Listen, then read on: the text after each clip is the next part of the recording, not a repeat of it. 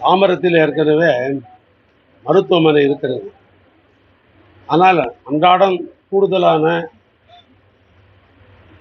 பயனாளிகள், மருத்துவ பயனாளிகள் அதிகமாக வந்து போகிற அடிப்படையில் கூடுதலாக ஒரு மருத்துவமனை கட்ட வேண்டும் என்று இந்த பகுதியில் பல்வேறு வகையிலே மக்கள் கோரிக்கை வைத்தார்கள். ஆனால் அவெல்லாம் நிறைவேற்றப்படவில்லை. திராவிட மாடல் ஆட்சி வந்த உடனே தான் அதற்காக முதலமைச்சருடைய கவனத்துக்கு கொண்டு நம்முடைய இந்த பகுதியினுடைய நம்முடைய அமைச்சர் அன்பரசு அவர்கள், இவருக்கு சட்டமன்ற உறுப்பினர் ராஜா அவர்கள், கருணா அவர்கள் முதலமைச்சர் நேரடியாக கோரிக்கை வைத்தார்கள். அந்த அடிப்படையில் தான் 110 கோடி ரூபாய் பணம் ஒதுக்கப்பட்டு G+6 அதாவது 7 மாடி கட்டடம் ஒன்று கட்டுவது என்று முடிவு செய்யப்பட்டு 2 லட்சம் சதுரடியிலே இந்த கட்டடம் மருத்துவமனை கட்டப்பட்டிருக்கிறது. இதில் கூடுதலாக ஏற்கனவே இருக்கிற பழைய மருத்துவமனை அல்லாமல் இந்த மருத்துவமனையில் 400 படுக்கைகள் கொண்ட மருத்துவமனையாக இது செயல்படும். அதோடு மட்டுமில்லை, கூடுதலாக 6 ஓடி தேட்டர், அதாவது ஆப்ரேஷன் தேட்டர், 6 தேட்டர் இதில் அமைக்கப்பட்டிருக்கிறது. சிடி ஸ்கேன் இதில் அமைக்கப்பட இருக்கிறோம்.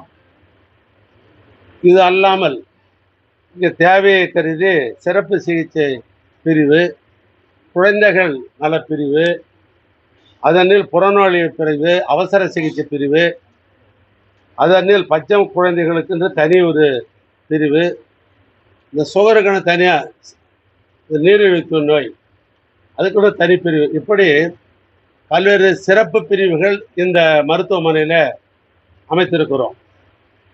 அது அல்லாமல் உணவு கூடங்கள் இங்கே அமைக்கப்பட்டிருக்கிறது.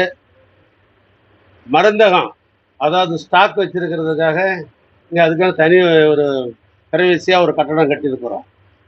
ஆக இது ஒட்டுமொத்தமாக இந்த மருத்துவமனை இந்த பகுதி மக்களுக்கு பயன்பாட்டுக்கு கொண்டு வருவதற்கு அத்தனையும் செய்து முடித்திருக்கிறோம். முதலமைச்சர் அவர்கள் இந்த ஆகஸ்ட் மாதம் 9ஆம் தேதி காலை 10 மணி அளவில் இந்த மருத்துவமனையை பொதுமக்களுடைய பயன்பாட்டுக்கு கொண்டு வருவதற்கு இசைவு தந்திருக்கிறார்கள்.